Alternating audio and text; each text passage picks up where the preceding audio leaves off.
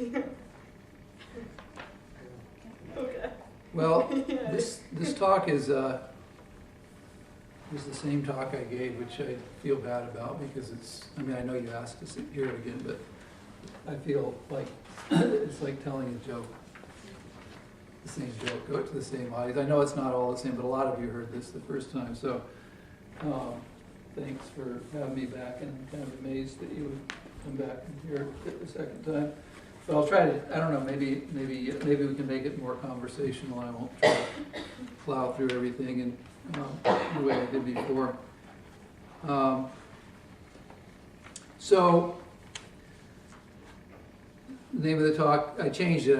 Initially I called it Explanationism, but I changed it to Explaining Man because that's what people started calling it. And I like it. It's so what I'm doing here basically is this, and just as a summary, is that I'm representing explanation and as a concept that could actually sort of be, in a certain sense, substituted for our concept of knowledge, and we could, in a certain sense, dispense with our traditional concept of knowledge. And so part of what I'm saying is that that problems like the problems of skepticism, you know, which are associated with our traditional concept of knowledge, are actually not that important, and that probably the solution to them is just to stop talking about them because they're not that interesting. So that's part of what I'm doing here. And then the other part is I'm just trying to sort of maybe give people an understanding of the way that science has sort of informed philosophy, and the way that philosophy in the 20th century has sort of oriented itself. So when I make these remarks today, you should understand that, you know, I don't really have ethics on my mind. So a lot of you are into ethics, and that's great, and that's kind of like what most people are into philosophy for. But I'm not an ethicist, and so a lot of things I'm saying, really, you could say, well, what about ethics? And I would say, yeah, I'm sort of not really talking about that. So it begins here by talking about Sellers' famous paper, The Philosophy and the Scientific Image of Man, which was written about mid-20th century. Anybody read it? So you might read that someday. It's the most important paper written during the 20th century as far as philosophy is concerned, I think. And the reason it is because it crystallized a certain conception of what philosophers were around for in the 20th century, like why they existed, why they got paid, what their task or their role was. Because philosophy's never had any one task. It keeps getting repurposed, right, for different things in different ages.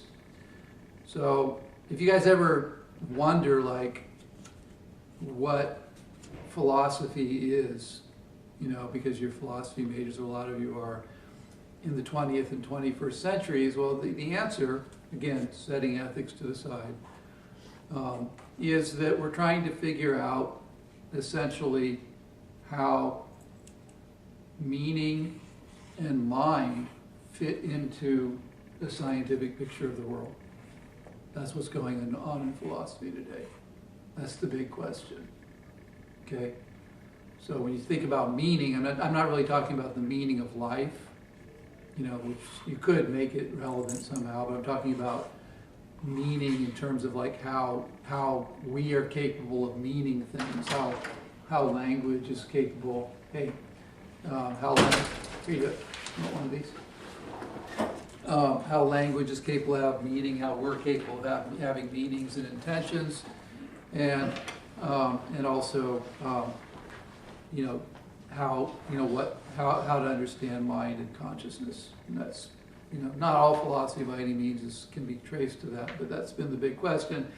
And that's pretty much what Sellers said.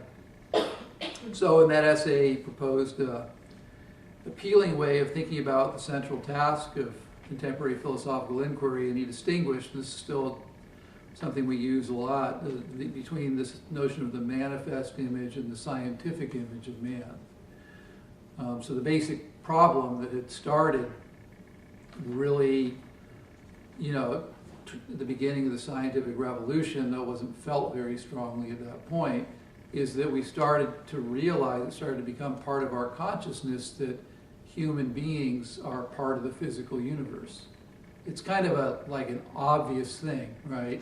But that's really not the way that we naturally conceive of ourselves. Like, we don't naturally conceive of ourselves as animals. Hey, that's for you. We don't naturally conceive of ourselves as animals. We don't naturally conceive of ourselves as physical things, and though we obviously are. And so the question is, look, science is by definition inquiry into the physical world, right?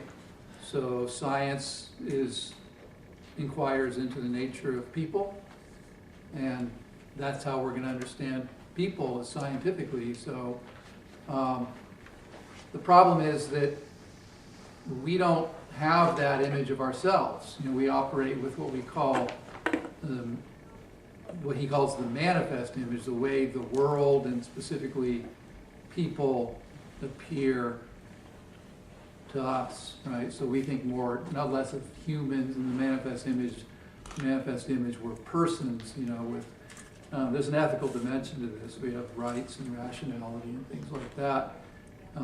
There's this normative dimension, etc. So roughly speaking, the manifest image is the world as it appears, subject to the scrupulous attention of common sense reasoning. So it's not just the way it appears, just like the way it sort of appears to us without thinking, but it's just we use our thinking, careful thinking, to try to understand the world as it appears to us. So this world includes three-dimensional objects of various sizes, weights, shapes, and colors, some living and not living things, and we, in the manifest image, we talk really easily about beliefs, intentions, obligations, rationality, choice, all that stuff, right? So that's where a lot of the classical problems of philosophy come from, the idea of free will, and personhood, personal identity, all that stuff. It's all part of the manifest image. Scientific image has no use for any of those concepts, right? It's not that the scientific image is committed to some fundamental kind of reductionism where all we are, the only way to understand human beings is as collections of stuff, of physical stuff, and that's not even what science holds. But nevertheless, it's not doesn't have these irreducible properties. So, I'm on 4. The scientific image is defined by scientific realism, according to which the intrinsically unobservable theoretical entities posited by 20th century physics, all these I've listed, are accepted as real. And the significance of this is really super important for any philosopher to understand. So most people think of science as the triumph of empiricism. And in many ways it is, but classical empiricism, as promoted by Hume and people who are our heroes if we're empiricists, have empiricist bent, even Kant and certainly Locke and Berkeley. Classical empiricism actually was defined by the rejection of unobservable entities, right? I mean, that classical empiricism was, if you can't experience it, it's not there. And the idea that there were little things like even cells or that was not part of their consciousness at all. You get what I'm saying? I mean, that's not, it was, I mean, sure, they could understand atomism, you know, but the idea that there were things that could not be observed was just not on the table for any of these people in any real sense. And that didn't happen, you know, that we didn't start taking theoretical entities seriously as real until like a little time before I was born, right? I mean, it was really like in the 40s and 50s where people started saying, yeah, you know, I mean, these things are, these atoms exist, okay? They're really there. It was a long time coming. So Sellers' paper focused on the fact that the two images of man collide, they clash. From a scientific perspective, objects are not colored. You're familiar with that debate. You know, Tom Pine would say they certainly are. And that's a confusion, but they're not solid. They don't come into contact. There's no such thing as contact in science. Free will is unintelligible if it's a libertarian notion of free will, not a you know, compatibilist one.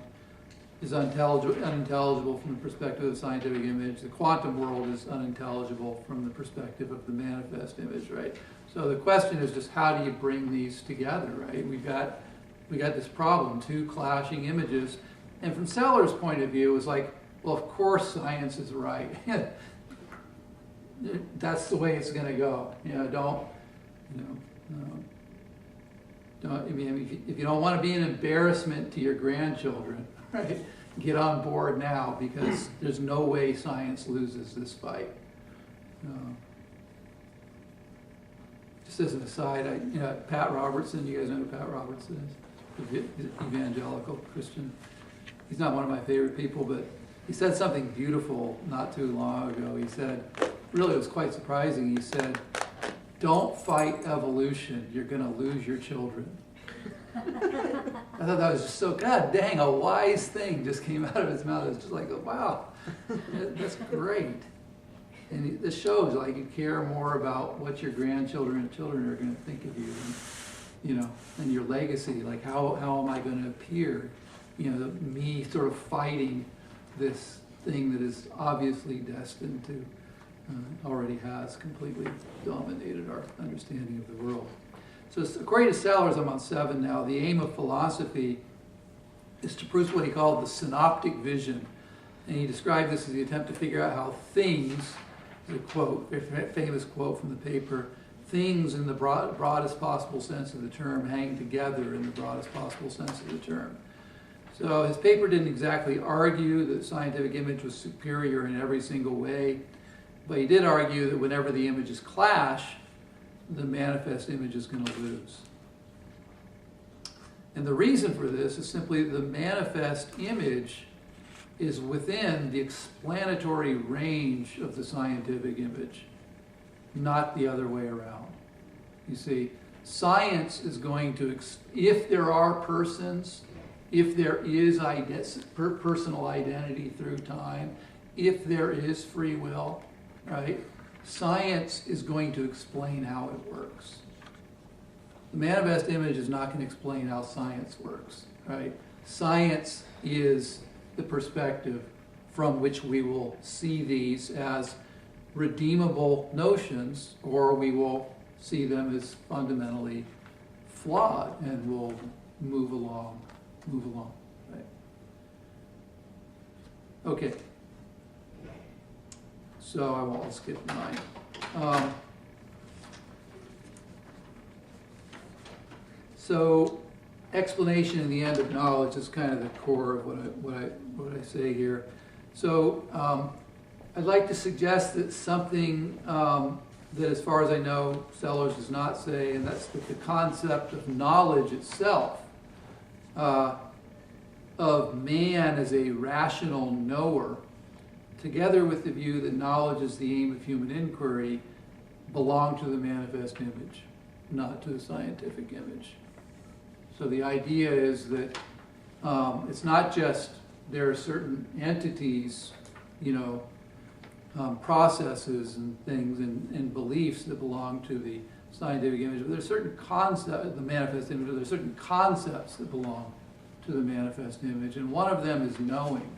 And so the idea to me is that science is going to comprehend knowledge and show how knowledge fits in to the scientific picture, or it's not, and it's going to just cast it away like so many other concepts. So I'm going to argue, not, just raise the possibility, these two things, that the manifest image of man as a knower is incompatible with the scientific image, and the manifest image of man as knower should be replaced with the scientific image of man as explainer. And I'm using the word man here just because I don't want to say person or human. I mean, it's obviously sexist sounding, but it has a kind of profundity too that I'm trying to capture. So anyway, so lurking in this view is a solution to skepticism, I think universal skepticism, maybe a dissolution to it. And I'll sort of see how that works. So number 4 says, the perception I want to explore here, the prescription I want to explore here is not to create a new framework, like Kant did, for example, in which a recognizable concept of knowledge survives, but to recognize that knowledge as a concept belongs to the manifest image and should simply be allowed to stay there. Now, I actually don't quite believe that right now, what I just said, that knowledge should just stay within the manifest image. At least I can't say that I believe that simply because I think the truth is right now that the concept of knowledge is a concept of knowledge, right? Is starting to become very prevalent within scientific inquiry. In other words, scientists understand themselves to be trying to understand how knowledge is stored, how knowledge is communicated, right? How knowledge, all of the causal properties that knowledge has in the world. So in the theory of information, even studied in business and economics, there is a use of the term knowledge that's really important and profound in science, but it's not the use that philosophers attach to knowledge. It's not justified true belief or even reliably produced true belief. It's more just like the set of, commonly accepted opinions within a community. And so there is a way in which the concept of knowledge is being preserved for naturalistic purposes.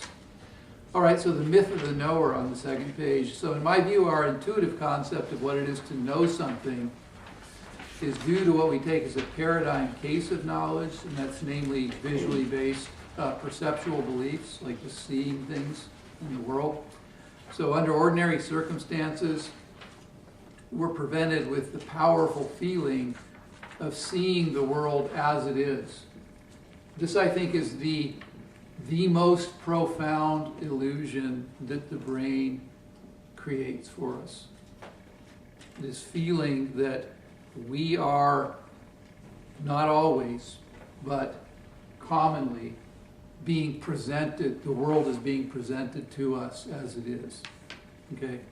That there are times when if we just, in philosophy, you'll see this all this reasoning through Descartes and all phenomenologists and everybody, that if we attend to our perceptions, right, and we look at things, see the world, as Descartes said, clearly and distinctly, we can be reasonably assured that the world is being given to us in perception.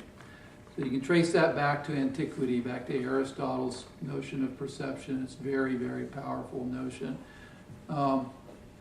So Sellers, this is one of his really important, you can Wikipedia the myth of the given. It's a very powerful phrase. he speaks of the myth of the given. He applies this phrase quite narrowly to a criticism of phenomenalism, but it can be generalized as the view that is the content of our perceptual beliefs are in some sense just given, right? And we philosophers were really just, it wasn't just philosophers, by the way. I mean, it's just that there was no data at the time. Nobody understood any of this stuff. It's not like philosophers didn't understand it, but there were these other people like contemporaneous who just understood it really well. It's nothing like that. It was all just weird and new stuff to be thinking about, around the 17th and 18th, the 19th centuries. But philosophers since antiquity have realized this feeling is at least somewhat illusory. Right? Casual attention to the phenomenology of vision reveals that only a very small part of our visual field is in focus at any given time. And a little reasoning provides further insight that we're not and could not be directly aware of three-dimensional objects. There goes it. I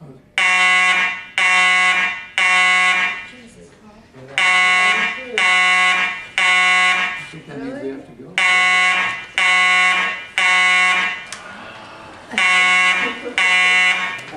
Is that on film? Can we get that?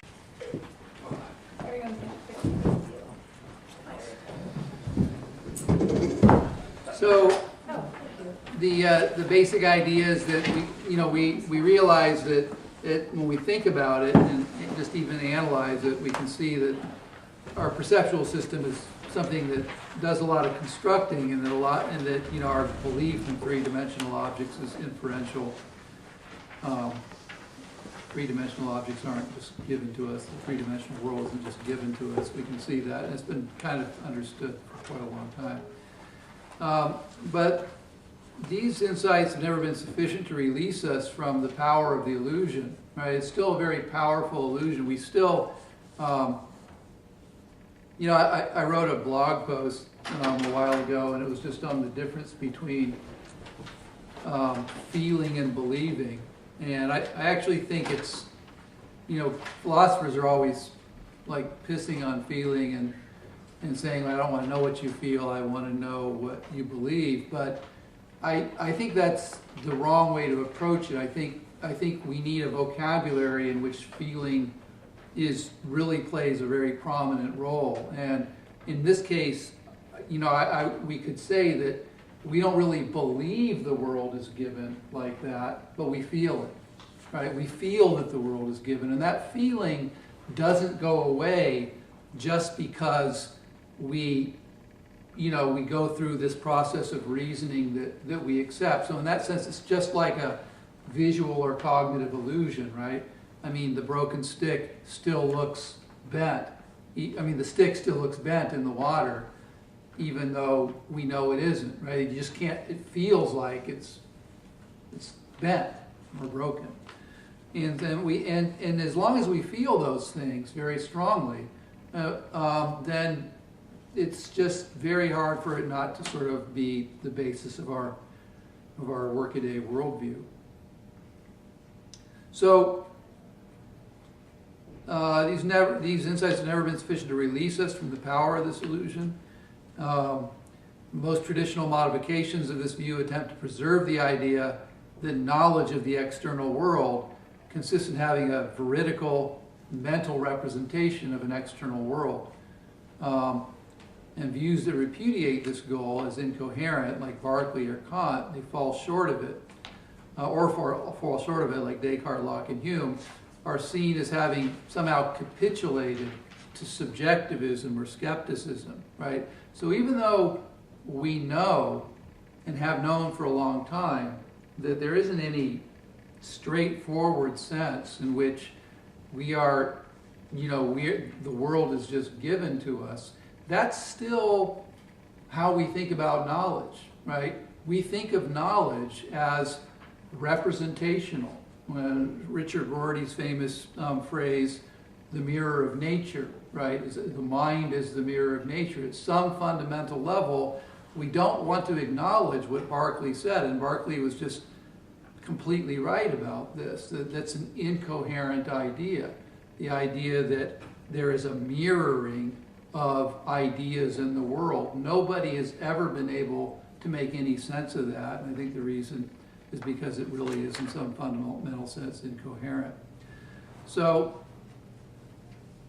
5, to understand how very much we remain in the grip of the illusion, this illusion, just consider how shocking it was for us in all our post-groovy, postmodern sophistication to learn of the phenomenon of inattentional blindness. So you guys know about this, I'm sure. So the now classic demonstration of this is the invisible gorilla, in which more than half of the subjects focused on a counting task do not notice a gorilla walking through the visual field. And if you haven't done that on, it's about 50%. And if you know it's coming, you'll see it, of course. So kind of ruin that for you if you haven't seen it. But the point is that we're surprised, right? Like, wow, how couldn't I have seen that friggin' gorilla? It just blows us away. Well, why does it blow us away? Because we believe in the myth of the given, or we feel it. We feel like if it was in my visual field, if it was there, it would have been given to me. Right? We ignore completely that vision is work, that we only see things in a very, very small range. To see the existing things. We all have this sense that what we're experiencing is what's really there, when in reality, and again, this has only been learned through a tremendous amount of hard work, in reality, almost everything that you would call things you're seeing is being supplied by your memory and your imagination. It's guessing it correctly in some sense, right? But nevertheless, it's being supplied. It's not being currently experienced. In fact, there's no such thing at all. I just say this on the side. There is no such thing at all as experiencing the present moment, right? You guys can reason to that very quickly, right? I mean, perception takes time, right? There's no such thing. There's nothing at all. No reality at all to the idea of experiencing the present moment. Whatever it is you're experiencing is what we call experience is data that was produced earlier in time, just a few milliseconds earlier. But that makes a big difference when you're on a skateboard, right? Yeah. Jesse? Yeah. Or a bicycle, right? And that's why whatever you call your present experience, it's not an experience of the present somehow. The present, there's no such thing as the present, but it's not an experience of the way the world is now. It's your visual system predicting the way the world is going to be. That's what experience of the present, what we call the experience of the present is. The experience of the present is your visual and perceptual system predicting the way the world is going to be. And again, amazingly, it usually gets it right. I mean, right enough for our survival purposes. So 6, the astonishing thing about the human brain is how unbelievably successful it is at doing just this. And it's just, the more you learn about it, the more you actually realize that, gosh, it's actually doing something that should be completely impossible. So the myth of the knower is largely responsible for rationalism and classical empiricism, in my view. Philosophers have always been committed to the idea of a man as a rational being, and part of the reason for this is that rationality has been understood to be how knowledge gets made. So the way the empiricist philosophers like Bacon and Hume and Ernst Mach tried to understand, or at least reconstruct scientific knowledge, was as an algorithmic method of deriving natural laws from experience. That's why classical empiricism was just as wrong as classical rationalism. They were looking for some kind of algorithm, some sort of method that would produce knowledge for the empiricists from experience or from phenomenal experience. For rationalists, it was from innate ideas. But they wanted to be able to take this input and have it just generate, right, algorithmically knowledge, deduce it, right? Deduction was still the only reasoning that they took seriously. So science has never, ever, ever worked that way. Never. So like perception, scientific theorizing is a matter of guessing. It's very important. That there's a great piece by, you guys know Richard Feynman is a physicist. There's a wonderful cut from one of his lectures, and he's within the first 15 seconds, he's saying, this is how scientific theorizing works. And the first thing he says is, first, you make a guess, right? That's the very first, and everybody laughs like he's making a joke, right? But it's not a joke. That's how science works. Science is all about guessing, and that's what your brain does too. Your brain is a guessing machine. That's what it does. And the amazing thing is, it guesses right a lot. But it's not deducing. It's not deducing. It's guessing. That's what a hypothesis is. A hypothesis is a guess. So like perception, scientific theory is a matter of guessing. Well, hypotheses are not derived from experiences. They're guessed at as a way of explaining experience. And so again, our ability to do this at all is astonishing. Charles Peirce first kind of realized that early in the 20th century. He called it the guessing instinct. So then, knowledge and authority. Well, it's important to see the concept of man as knower, and I'll just call him knowing man. And I'm using this kind of in a patronizing way now. That developed in the service of the manifest image was a very important step toward the concept of man as explainer, or I'll call it explaining man. So the Enlightenment, or Age of Reason, was largely about the rejection of authoritarianism. And that's what the Age of Reason was all about. For most of human history, it was understood that what's true is whatever people in power say is true. People weren't, I mean, the idea of human beings thinking for themselves to figure things out on their own was just complete and total drivel. It was just nonsense. And people who talked like that were just nutcakes, right? That's why Socrates was such a nut, right? Socrates, I mean, he had his followers, right? I mean, but he really was a corrupt influence. And that's why he was put to death. I mean, it was right that he be put to death, because he was talking just crazy talk, people figuring out shit for themselves. That's just not right. And that was a democratic culture, right? As an early experiment with democracy. That's just not right. People who know will tell you the way things are, and you'll learn it, right? That's it. The concept of man as a knower does not represent a complete break with the authoritarian tradition.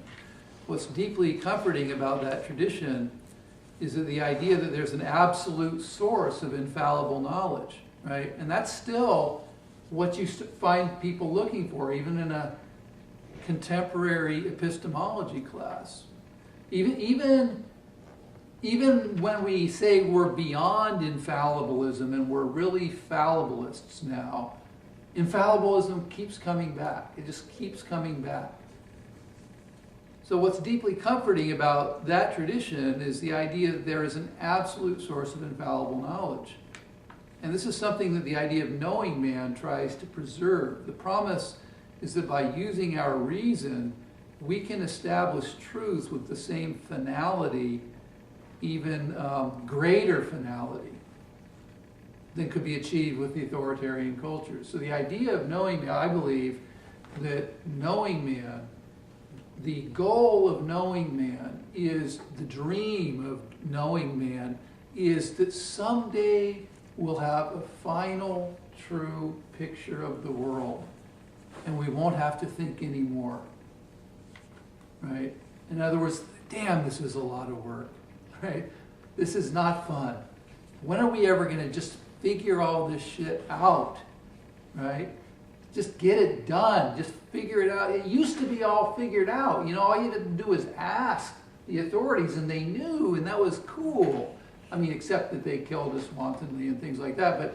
But basically, there was a figured out picture of the world. And of course, you know, not to be too patronizing, but that's what religion very often promises, right? It's like, no, we got this figured out. Didn't you know? I mean, these physicists now, they're still trying to figure out the origin of the universe. No, nomadic tribes wandering the desert 3,000 years ago figured that out. Don't worry.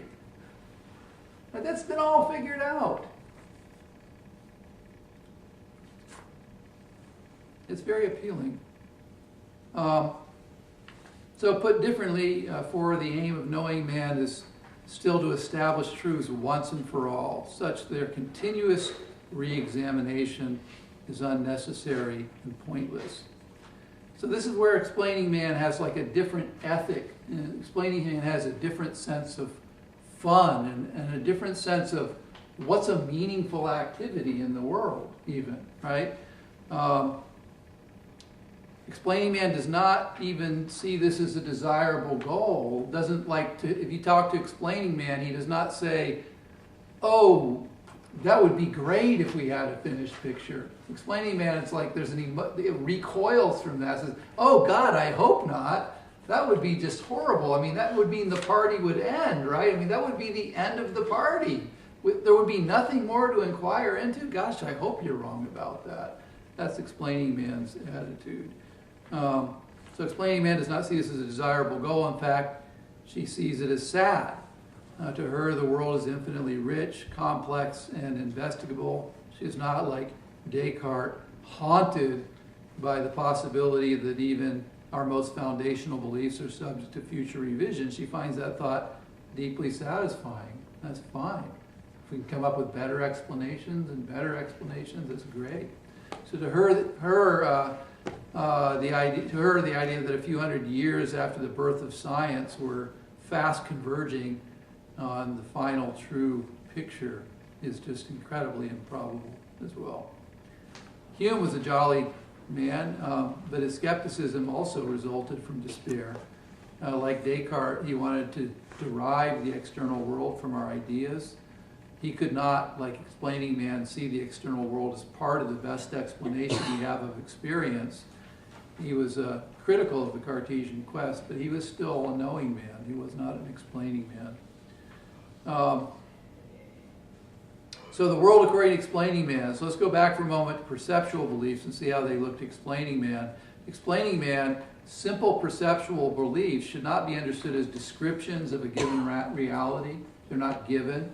They're theories. They're not just theories, right? Where often we talk about theories like as if, well, yeah, well, we don't just want a theory, right? We want something that's true. They're not just theories. They're theories. There is no just about them. That's all we ever have. It's theories all the way down, right? Theorizing is just what humans do. That's what we do. We're theorizing at every single level, perceptual to the most abstract level of science. So theories are inherently explanatory. One theory is better than another if it better explains what we observe. So for example, what I intuitively describe as knowing that my dog is on the porch is in fact my currently best theory, right? Again, if you're pre-philosophical or not doing philosophy, that's not a theory that your dog's on the porch. That's your friggin' dog on the porch. Can't you see it? I mean, it's just given. It's a given that your dog is on the porch. It's given to us. But if you're doing philosophy, you say, no, well, I feel that, right? I feel that. But the truth is that my brain has created a theory. The theory is that that's my dog on the porch. And it's making predictions based on that theory, right? Namely that it's not going to bite us, right? It's not going to start mooing. It's all these things it's not going to do based on that theory. And the theory could be wrong, as all theories can. So my theory that my dog is on the porch is my currently best explanation of the data. This data may be quite scant, right? Whining dog, whining sound, or a doggy smell, or a snout pushing through the door. It's amazing. If you pay attention to this stuff, it's just so cool to see how rapidly you develop an understanding of the world that you're looking at with just the tiniest little bits of evidence, right? You see, you know, a whole world of behind things you can't see, because you can see one little tiny bit of the world and you guess at the rest of it, and it becomes your model of the world. So I won't go through the rest of 4. 4, the harmonization of reason and emotion is also fundamentally explanatory in nature. We ask, why do we feel this way? We don't ask it rationally, and it's not conscious, right? This is unconscious explanatory mechanisms. Why do I have these feelings, right? Why does this judgment feel so right or so wrong? And by providing what appear to be adequate explanations of the causal background that produces it, we learn to calibrate our intuitive judgments better and better. So that's explanatory as well. It's common to describe this process as inference to the best explanation. A few of you were at a talk that had something to do with this on Friday.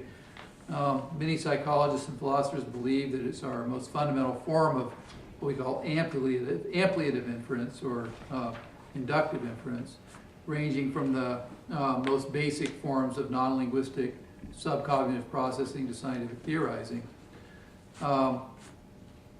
But this is progress in the direction of explaining man, I think. But I actually don't think inference to the best explanation is a very useful notion the way that philosophers use it. I think they've misunderstood it very, very much. But this way of thinking about inference to the best explanation is promoted in the service of knowing man. Inference, if you guys have studied inference to the best explanation, the whole idea was that, well, maybe explanation can be the fundamental inferential principle for creating knowledge. It was still linked to the notion of knowledge. And that was after basically the failure of classical inductivism. But explaining man does not see explaining as a means to the end of knowledge. It's not a means to the end of knowledge. Explaining is the end. That's it. That's what we do. We're not explaining so that we can know, right? We're just explaining. That's what we do. So our aim is not to find explanatory theory that represents the world as it is, right? That mirrors nature, that gives us the final theory. Our aim is just to continuously produce better and better explanations. And David Deutsch is a good person to look at. Read his book. His book is very idiosyncratic, and he's got a lot of views that are out there, but that's sort of a fundamental notion of his book. I like it a lot. So this general way of looking at things, sometimes I'll call it explanationism. I don't really like that term very much, and it's been appropriated for other things too. But so according to explanationism, man is not fundamentally a knower, but an explainer. Right? To explaining man, to accept a scientific theory, it's not to accept it as true, but to accept it as explanatory. That's what it is to accept it. Right? Yeah, I accept that. It's an explanatory theory. It's a good explanation. I mean that it's true? No, I'm saying it's a good. I don't. What's that doing for us? It's a good explanation. Right? I mean it's representing reality as it is. No, come on. I'm not. That's not a vocabulary that I get. It's not doing any work for me. So skipping down to 4, the idea that our best explanations represent the world has just stopped doing explanatory work for explaining man. She's like the astronomer Laplace, who, being asked by Napoleon why God was so conspicuously absent from celestial mechanics, replied, "I have no need of that hypothesis." And actually, probably he didn't say that. So I added just one little thing to this that wasn't here last time, is that there may be that, like, I'm really behind the 8 ball too, right? I mean, that maybe this is just like the way philosophy is so often. It's not really caught up. It's like, okay, Randy, that's pretty good for the 20th century, but for the 21st century, explaining man is actually being left in the dust. And this is a fascinating idea. I won't go into it here, but there are forces at work today that may spell the end of explaining man. The nemesis of explaining man is somebody I'll call modeling man. And modeling man does not care about explanation. Specifically, she does not care about producing models of the world that satisfy our desire for a causally coherent, intuitive, plausible picture of the world. Some of those are kind of knowing man metaphors, but I'll just leave them there for now.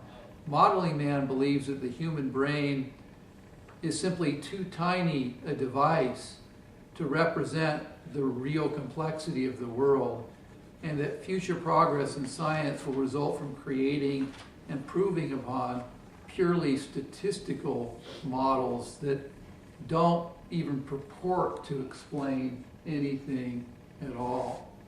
The complexity and scale will be such that it will be impossible for human brains to comprehend why these models work.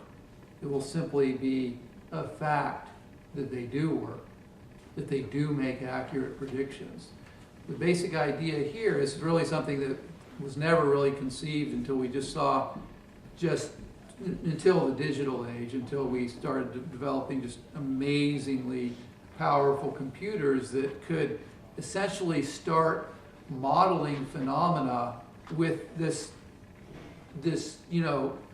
incomprehensibly large set of algorithms and formulas that no human brain could even put together into some sort of rational organization, and that might even not, even our biggest computers can't do alone. That can only be done through massively networked, huge computers.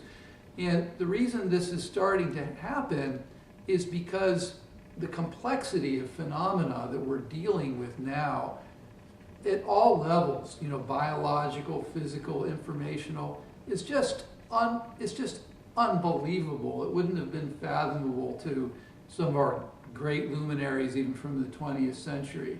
Just trying to model something like what's going on with something like cellular respiration in biology or anything. It's just unbelievably complicated, unbelievably data intensive, unbelievably chaotic. And the best things that are our best attempts to understand those things now are not causal. They're not, and it's not just like they're indeterministic. It's that they don't seem to be susceptible to anything that we would call a comprehensible explanatory theory. It's just a bunch of equations or algorithms that work to predict the phenomena. And when people say, why do they work? The scientists who are creating them go, we don't know. And we don't ever really expect to know. So this is a big debate that's occurring today, and it's a fascinating one. Two books that I've read that I think are pretty good on this are I've listed below: Big Data and Too Big to Know. But as you guys go through the next 20 years of paying attention to epistemology, if you do, I think this is going to be a debate that starts to become front and center in philosophy as well. Right now, it's not really in the consciousness of most philosophers, but I think it will be as we start to get our mind around the age of big data. That's all I got. Thank you.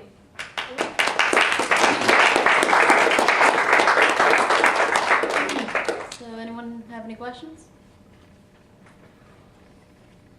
So I was wondering for your later, the thing you ended with when you talked about something or scientists create something so, and like an algorithm so complicated that it's extremely hard to explain, and like we can't understand it, but it works. And it reminds me of the that beautiful watch theory where someone sees the watch and it's like the creator, the essence of God itself. It's like only God could create something so complicated, and that's why it exists.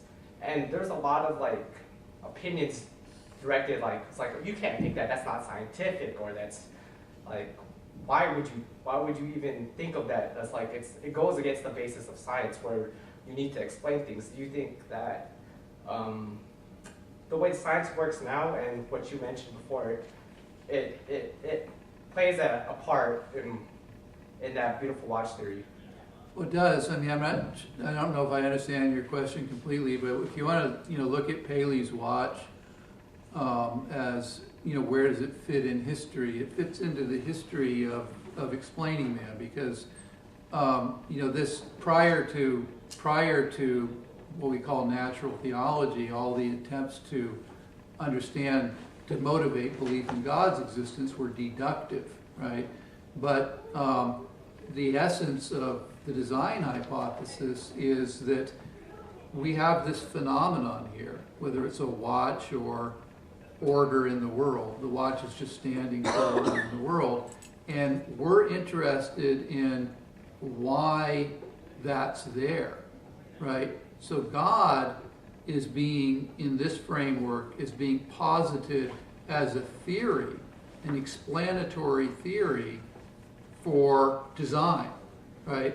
So it's a terrible explanation, but it is nevertheless an explanatory move.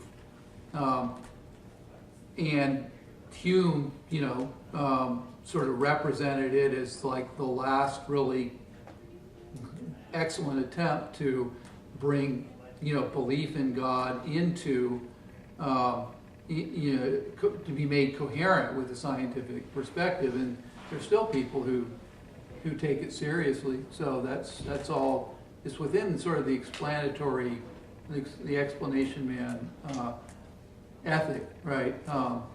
Funny thing is that when God is represented as a theory, right?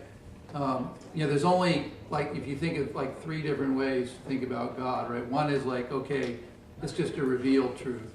And philosophers don't believe in revealed truth, so that's not possible. Or it can be proven through deductive means, and those were valiant and interesting attempts. But then when you think of God as a theory, right? It's not that we think it's revealed truth or it's something that can be proven, but it's just our theory about the way where the world came from. It is an explanatory theory. Then we can see that it's not a good theory, right? It's a horrible theory. So in the end, that turns out to be the death knell. But it's at least a very honest move, I think.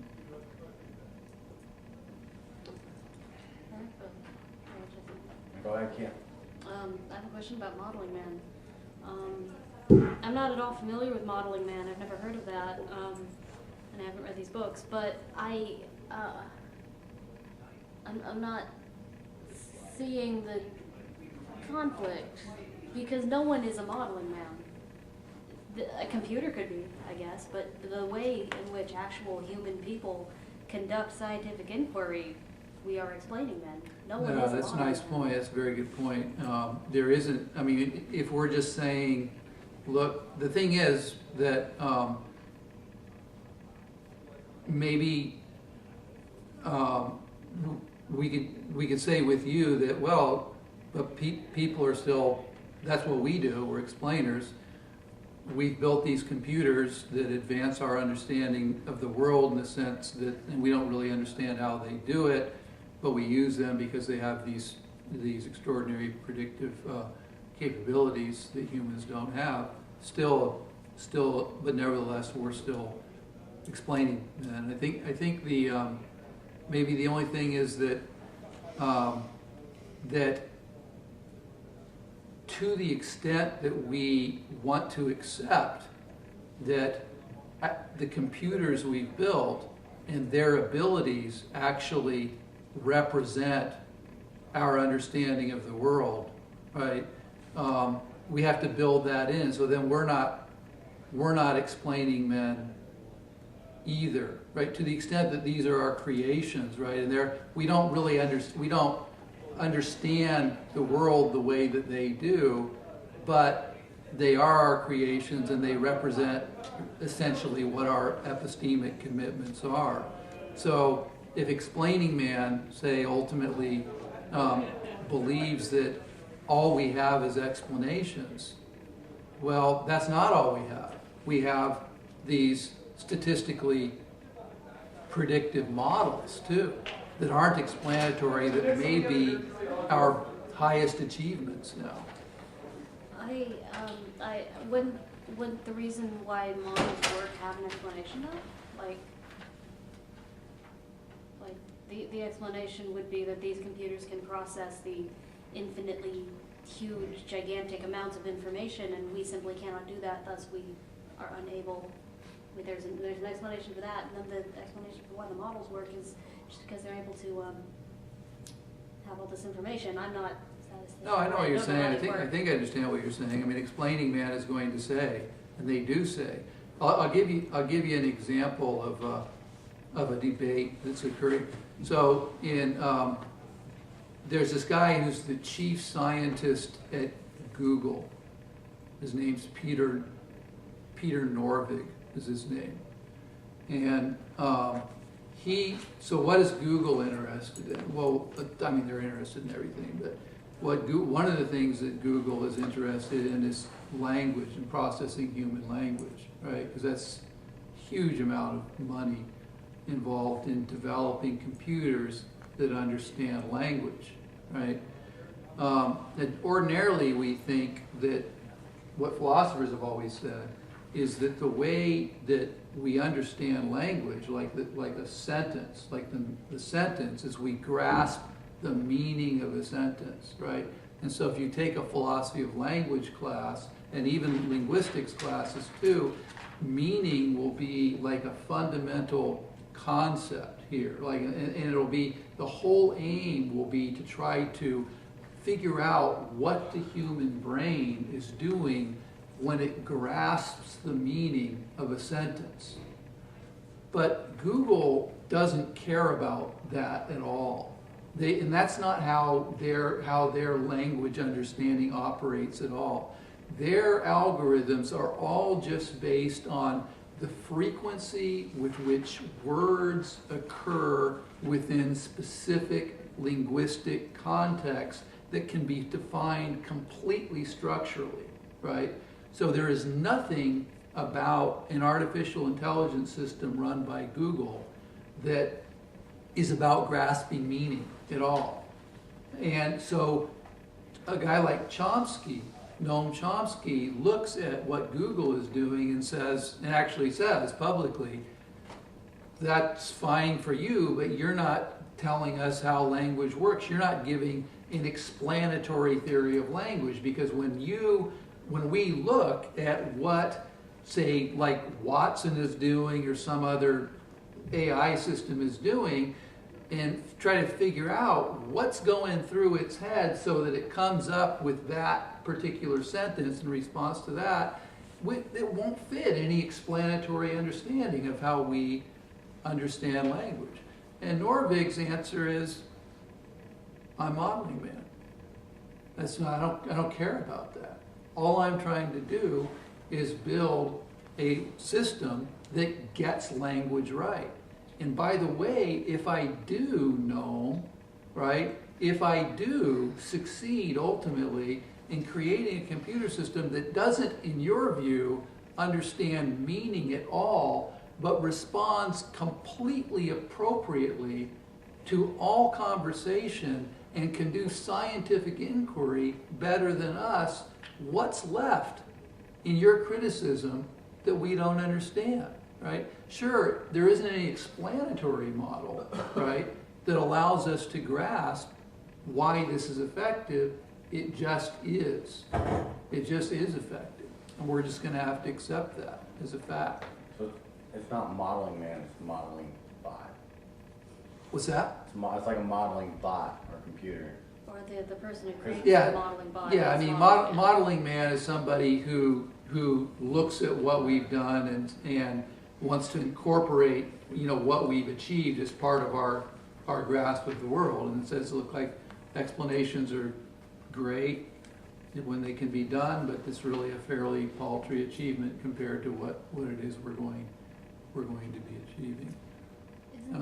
So that's one. That's that particular example is particularly significant for philosophers, I think, and it's also one that's talked a lot about in both of these books.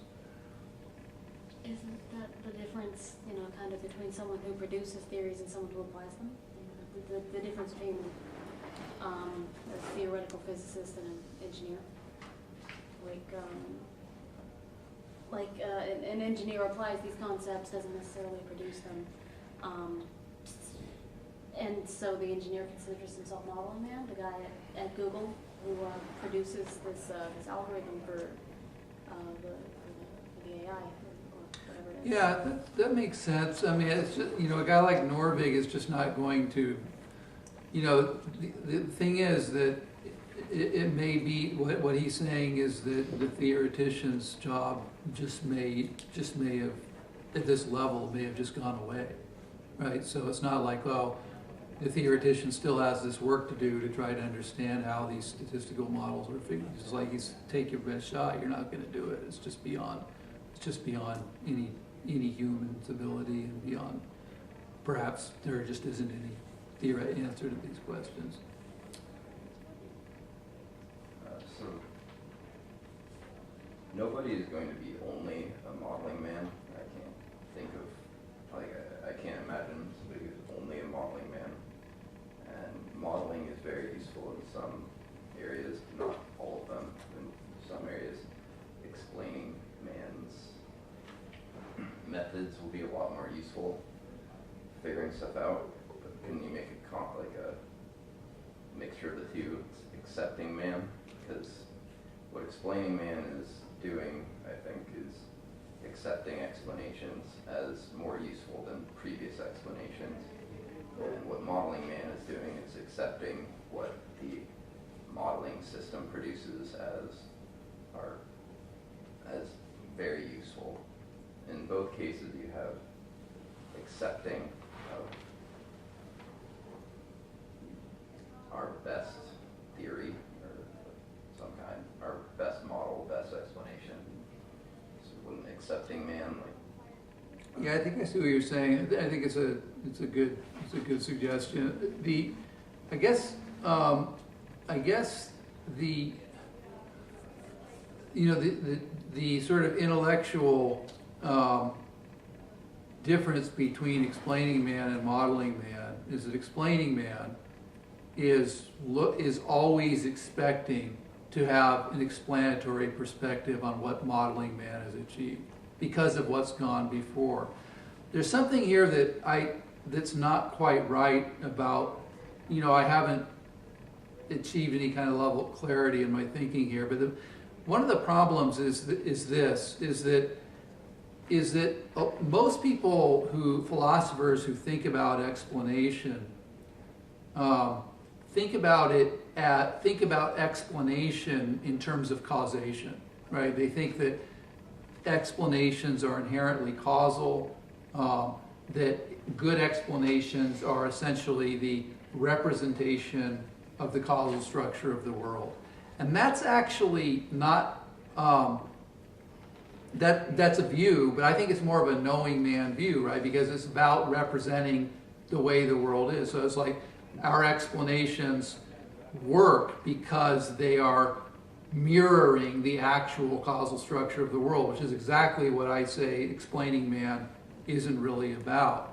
And so, insofar as explaining man is not that kind of causal representationalist, right? I think you end up being right. I think your view ends up being a lot more plausible, because we have to say, look, I mean, explaining man isn't this person who believes explanations represent the causal structure of the world. So what is explaining doing? Well, the only thing left, what is explaining doing that statistical models don't?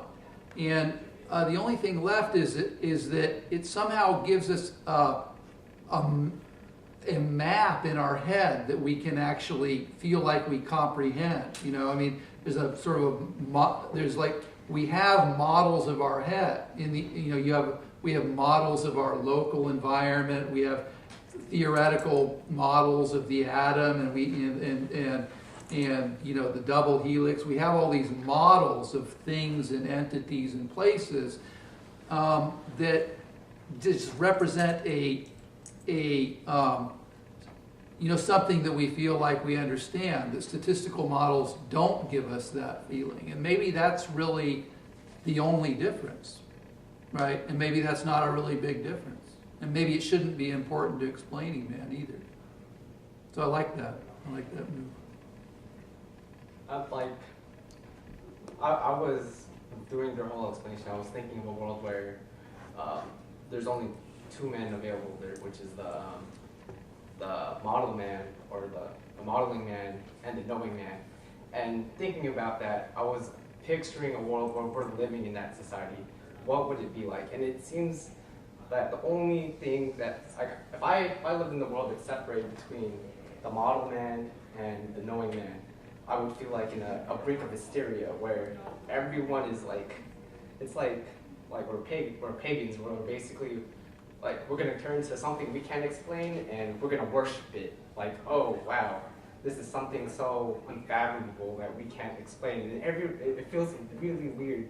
Like it's gonna be like a really weird sense where we know that it works. We don't know why.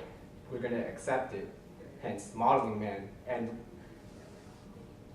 I wonder what do you think how society would handle if the explaining man died and it's replaced by the modeling man? I don't know. I mean, it's a really cool thing to think about, and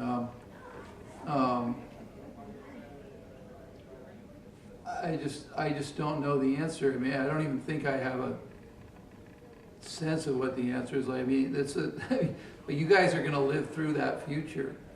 I mean, that, you know, there's a future, whether it's 20 or 30 or 50 years down the road, where it's going to be, I mean, it's just going to be part of your, like, really intuitive understanding of the world, that humans are the last things you look to for knowledge, right?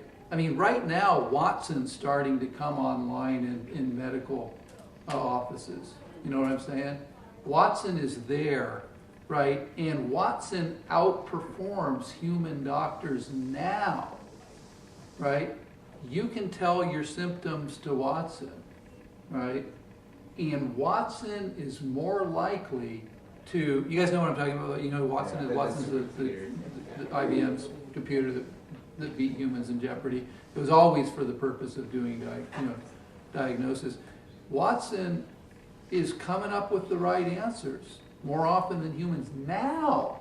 I mean, now, right? And that means, like, 5 years, Watson 5 years from now is going to be unrecognizably smarter than it is right now. And right now, it's diagnosing conditions better than human trained doctors, right? So a doctor, an explaining man doctor, right, can tell you all the theoretical reasons why, you know, they have for thinking that you have this condition or don't have this condition, right? They can service your explanatory needs, right? Why do you say that? What's causing, on your view, what's causing this condition? They can lay it out as far as, you might be interested or wanting to understand it. Watson can't do that, right? But they can get it right. Do you think Descartes, if he shared a room with Watson during college, would he shoot himself? Descartes? Yeah. Not at all. I guess maybe, no, no way. I mean, you're talking about, the thing is that all these people, presumably, if they could have jumped into our world, would just be unbelievably fascinated, right? I mean, it would be really life-affirming, I think, for all of them. I know you aren't a big fan of the ethics. I'm not. It's just that it's not what I think about that much. Yeah. So I'm not. I don't mean to be. It's just not my area. Well, it's like one of the only things I get good grades in, so I focus on it. But I think explaining man can do a lot because it takes the truth element out of theories, or out of like the aim for theories. And that's the big problem with ethics, is that there's all these different, there's so many different really good arguments. And I think, and I don't know, this is just the way I always thought about ethics whenever I'm in classes, is that there isn't one dude that's right. There's just like really good arguments, and then there's bad actions and good actions that fall into bad actions and good actions in all arguments, and there's a gray area. And I think explanationism works really well in that, and I think that's cool. Yeah, it might. I mean, you know, there's all these distinctions that you have to be sensitive to. I mean, you know, there's a pretty important distinction between arguing and explaining that has to be, you know, made compatible with that. And I'm not, you know, I'm not really. I've never had a serious interest in the concept of truth as philosophers like to talk about it, because I subscribe to a deflationary account. I don't think truth is like, I think it's just a metalinguistic relation. So once those kinds of things are set to the side, maybe there is something valuable there. I just haven't thought about it in that context. Oh, I think you. Yeah. Just to comment on that thing, it's pretty ironic that if it was just knowing man and modeling man, how we would just worship something. But I mean, I don't know what that thing could. I was talking about this, like, what would humans? I was kind of picturing that kind of society too. If we just built models and models, I don't know. I don't know if the models would be really relevant as far as our own personal lives. Like, if we would even worship the models. I mean, that is true. I'm not sure. Don't exactly quote me on this. I think I was listening to a lecture of Bertrand Russell. Is he the mathematician? Is that? He was a logician. Or logician? Did he write Mathematical logic. Yeah. Did he write a book, Why 1 + 1 = 2? Right. And I was thinking about that. Like, I don't think humans go through like thinking about 1 + 1 = 2, and that's like similar. It's like we just accept it as is. Similar to how like a modeling man, we don't think about the logical explanation of it. So I was like, what if like I wonder if that would be weird if we were living through it. We can't explain why 1 + 1 = 2. Yeah. Sorry. Can I say one more thing? Yeah. Oh, I don't know if you've seen Cosmopolis, but it's a David Cronenberg movie. But the protagonist actually has these algorithms in his head that account for the way the entire world works and the entire economy works, and he's like this gazillionaire. And at the end of the movie, what he doesn't account for is, I guess, standard deviation, or like he doesn't account for the randomness, the butterfly flapping its wings or whatever, and everything just collapses, like his entire world collapses. It's pretty interesting. So he was kind of like, he built the algorithm in his own head. It was really strange. Okay, my question, and maybe I'm just slow here, but like to call the modeling man seems wrong, because he just believes that the human brain isn't capable of it's not capable of representing the real complexity of the world, and that future progress in science will result from creating and improving upon purely statistical models. So it seems like it would stop being anything type human. The human in this, first of all, does man imply human here? That's how I'm using the word. Okay, so like this modeling man, all he does is believe in something, right? And then the machine is something separate. So he just believes that there's a machine that exists. No, modeling man built the machine. I mean, So he builds it, but the machine does all the work, right? Like it's going to keep... he builds it and tweaks it. But the machine's going to keep building upon itself, right? Isn't that how like these things work? Like they build upon themselves? They could. I mean, right now, I mean, we haven't hit the singularity yet, right? But once we do, then... Now it's Veronica's baby. What? Well, it's like when you're arguing about a mother doesn't do any labor to Oh yeah, create exactly. a child. Yeah, The baby it's creates my baby itself. that creates itself, like- and then it grows, and it's its own separate entity. So yeah, good one. I guess I'm stuck on this one. I'm sold. Yeah, I can tell. But yeah, anyway, like it just seems like this person stops here, and then the machine would take over. Like that's what the belief is in. Something else. yeah, I mean, it's just, one way to think of it, here's another angle that I haven't put in this talk, right? But there's really, I mean, I was saying in response to what, or as a way of sort of buttressing what Hans said, that, that explaining man, as I think about explanation, it doesn't see explanation as the representation of causal relationships intrinsically. There's another way, sort of the other way of thinking about explanation, which is actually more like what I think about it, is that explanation is inherently simplification of the world. In other words, all explanatory aims are simplifying aims. So the way you can channel this is like when some expert tries to explain what's going on in their field to you, they have to simplify it, right? And you'll say, oh, that's a really good explanation, I can really understand that. But the truth is, it's really been dumbed down for you in a big way. And the truth, so like if you guys like to read, for example, pop books about physics, theoretical physicists, don't ever think you understand anything going on in physics at any significant level. That's been the mathematical physics translated into some way so that you can feel like you understand it, right? It's like mathematical physics for explaining man, right? The idea then is that all explanation is simplification that nevertheless improves our predictive understanding of the world. If that's the case, right, then we know that there is this level above explanatory understanding that is actually not simplifying, right? That's actually working with all the data, right? All the data, not simplifying, not sampling, not trying to just look at some, try to extract some sort of basic principles, but always looking at all of the data, right? And if that's what's needed, right, to improve our predictive understanding of the world, we know brains can't do that.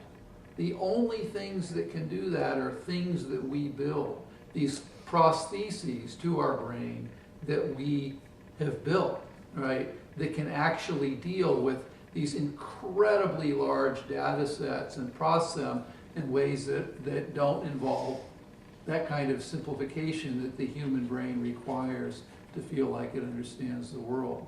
So modeling, explaining man isn't sort of just like, okay, whatever this thing says, right? It has an understanding of why it has to defer, right? Because there are things that the human brain just can't do, right? And part of this is in my talk when we think about it at the perceptual level, right? What's really going on is your eyes, if you just think about eyes, it's taking in this unbelievably small sampling of your environment and constructing a model of your environment from this unbelievably small sample of the information that's actually out there, right? I mean, Quine is the one who just rendered this so beautifully. It's just like the environment irritates your visual organs in some way, and out pops this model, right? But it's from an incredibly small sample. And it also simplifies everything it's getting on top of that. But if we can construct machines, which we are, that takes huge amounts of data, huge samples, right, and actually produces better predictive results, then we've just gone past what human brains can do on their own. Sam? Well, two things real quick. Just on the modeling man believing in like a computer thing, I think just because it's something that external doesn't mean it's not something that we still use. The example I think of is in McCormick's class when we watched a video on something where they actually have a device you can wear now where you can see beyond the visible spectrum. The human brain is actually incapable of processing certain levels of light. Right. So with this mechanical add-on, you would be able to process more, a wider spectrum. Right. And then more to the modeling man thing, it seems to me to say that it's not concerned at all with why is kind of off the point, because the why is the model, right? So the model is not repeatable, it's not useful. So if you don't know how to construct the model, if the model is the why, because the model is a process. If the model doesn't happen, there is nothing to be explained. Well, the model is the why. I guess I'm not sure exactly what you mean by that. Well, let's say like a process that we understand, something like combustion. We have a model for combustion and how it works. Right. If we try to do something that doesn't match the model, it doesn't work because it's not combustion anymore if it doesn't match the model. So if we were going to do something that no longer matches the model, the reason why it works is because it's the model repeated. It's the repeatability of the model that is the why. I don't think it is exactly, I see what you're saying, it's a good thought, but I think there's quite a bit more to it than that. Like, for example, what gives us the sense that we really understand a phenomenon on the basis of, say, a certain set of equations that we think of as representing the phenomena is that we know how to tweak the variables, right, in such a way as to, and on the basis of how we tweak, the input to the equations, like we can actually just, we can actually predict what we're gonna see in the world. And so we have this really strong sense of ownership of the model where we know how to intervene in the world, and our interventions in the world are going to be predicted by changes of the values that we stick into the model. And that's what we lack at the modeling man level. It's like we don't really know how to tweak this. We don't know how to intervene in nature so that we have this kind of ownership of the model anymore. It's like there's a kind of magic to it that just seems to be impenetrable. I kind of had a speech in my head, but now I'm thinking that I just don't understand modeling man. But what I wanted to say is, I was thinking about what Hans said, and I wanted to say, you don't have to be a scientist to be an explaining man. Everyone is an explaining man in completely mundane ways. Yeah. Why do I think I'm in this room? Because it's the best explanation. Why do I think that door is brown? Because of the way your eyes work and all this other stuff. Because of previous experience with colors. Because I don't have any reason to think I'm wrong. Right. I have explanations for these, and I seek explanation from things because that's how humans work. That's how everyone works. Everyone is an explaining man, but nobody is a modeling man.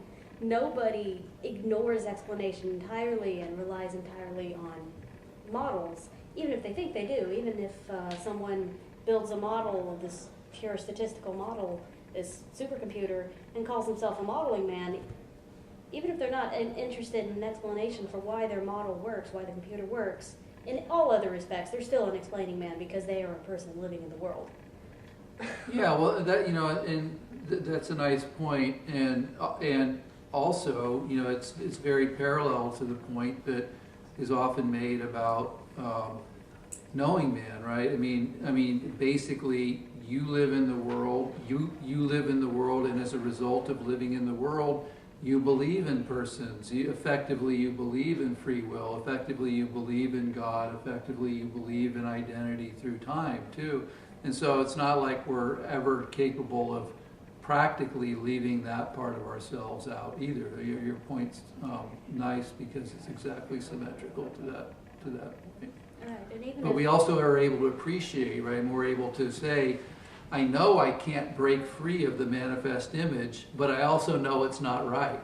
Right. So by the same token, we might have to make the same leap with explanatory apparatus. It may be that, it's the scientists that are not the explaining men, at least insofar as they're scientists. There's a great Okay, I guess I can't call it great, but it's one of my favorite. I should have given this as my example. The Coen brothers did a movie called A Serious Man. Anybody seen it? It's really worth seeing. It's like I don't see movies very often, multiple times. I've seen this like 3 or 4 times. It's good. It's also a really good philosophy movie. But the guy, the main character in A Serious Man, is a physics professor. His world is just completely coming apart for various reasons. But there's this one scene where there's a student of his who is trying to bribe him into a better grade. He had failed a quantum mechanics test, and there's this scene in which you see modeling man and explaining man just sort of coming out, and the student says kind of comically, "I understand it. I understand about the cat," which is a reference to Schrodinger's cat, and the main character's answer was, "No, like." Even I don't understand the cat, right? It's all in the model. It's all in the equations. If you want to understand quantum physics, you have to break loose of any kind of feeling like, oh, the cat I get. Now I understand physics. You don't get anything, right? You have to actually know these equations, be able to manipulate them, be able to make predictions with them, and in a way it sort of breaks through the kind of simplifying explanatory understanding we expect to have. So it takes like hundreds of scientists to make these models, like Watson and stuff?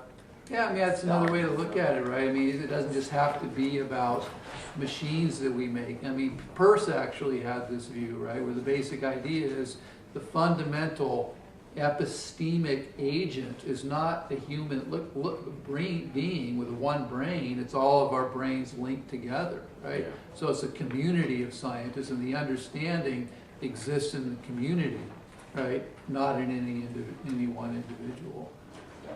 And that's, in some sense, obviously accurate, right? I mean, 200 years ago, people would have dreamed that one person could, like, super smart person could have all the scientific knowledge that the world owns, and now we couldn't even have 1/1,000,000th of it, right? You just know that about brains. Okay, so we're about out of time now, so thank you again. You bet. Thank you very much.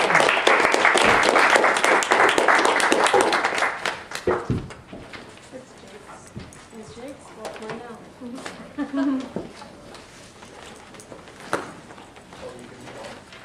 Oh, so you didn't type anything out?